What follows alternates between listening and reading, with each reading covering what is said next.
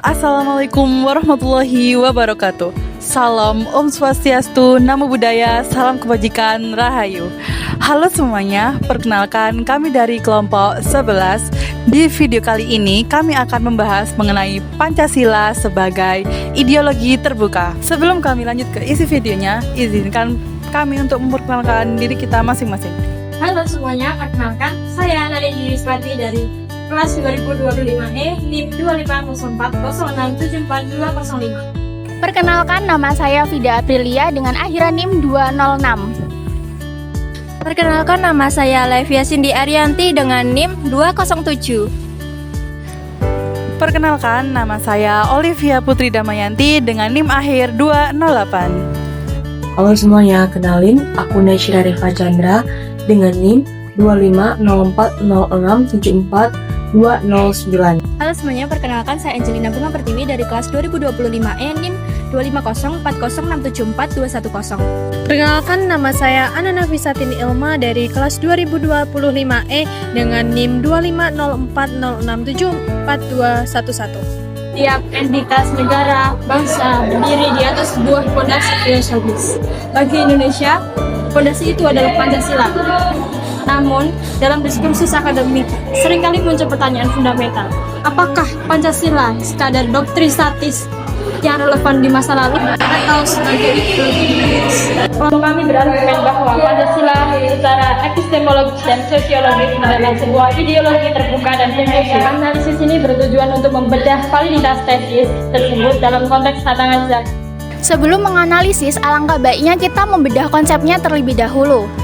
Ideologi bisa disebut terbuka ketika ia tidak kaku dan juga tidak terkontaminasi oleh entitas eksternal.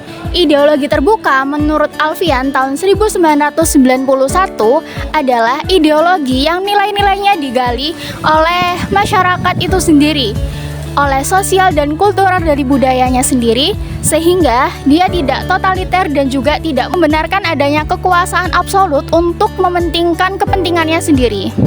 Pancasila secara eksplisit telah memenuhi kriteria dalam 3 dimensi.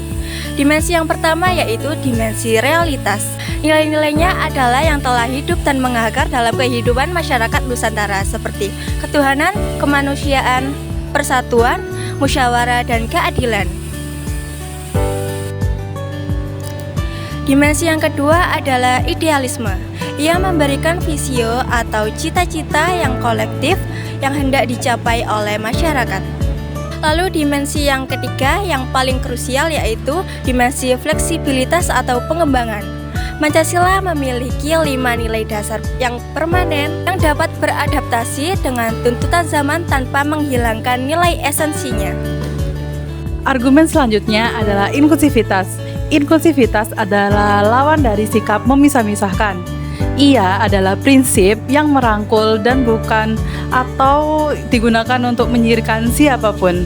Inklusivitas hadir sebagai rumah bersama yang menyediakan ruang setara untuk semua perbedaan dan menaungi di bawah satu payung kebangsaan. Inklusivitas Pancasila teruji dalam silanya. Sila pertama, ketuhanan yang Maha Esa. Selain spiritual yang inklusif, bukan formula teokrasi agama spesifik, melainkan pengakuan etis atas spiritual yang beragama. Sila kedua, kemanusiaan yang adil dan beradab, penjamin martabat universal tanpa memandang asal-usul. Sila ketiga, persatuan Indonesia, komitmen persatuan atas keragaman, bukan penyeragaman. Sila keempat, kerakyatan yang dipimpin oleh hikmat kebijaksanaan dalam permusyawaratan dan keadilan, mekanisme inklusif dalam pengambilan keputusan adalah musyawarah. Dan sila kelima, keadilan sosial bagi seluruh rakyat Indonesia. Tujuan inklusif bagi seluruh rakyat Indonesia, bukan segelintir elit.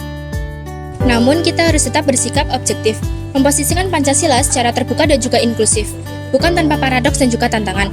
Keterbukaan Pancasila kini dihadapkan pada benturan ideologi transnasional yang bersikap eksklusif dan juga radikal yang akan mengancam sila ketiga Pancasila, yaitu sila persatuan. Di sisi lain, inklusivitasnya terutama pada keadilan sosial akan diuji oleh penetral liberalisme ekonomi ekstrim yang akan memperlebar kesenjangan.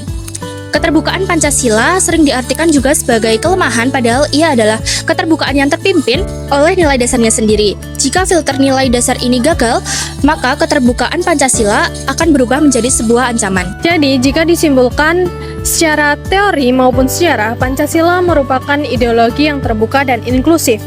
Pancasila bukan hanya peninggalan masa lalu yang beku, tetapi menjadi titik temu bagi bangsa yang beragam seperti Indonesia. Tantangan yang disampaikan sebelumnya bukan merupakan bukti bahwa Pancasila itu gagal, namun kitalah yang belum menerapkan nilai praksisnya dalam kehidupan nyata.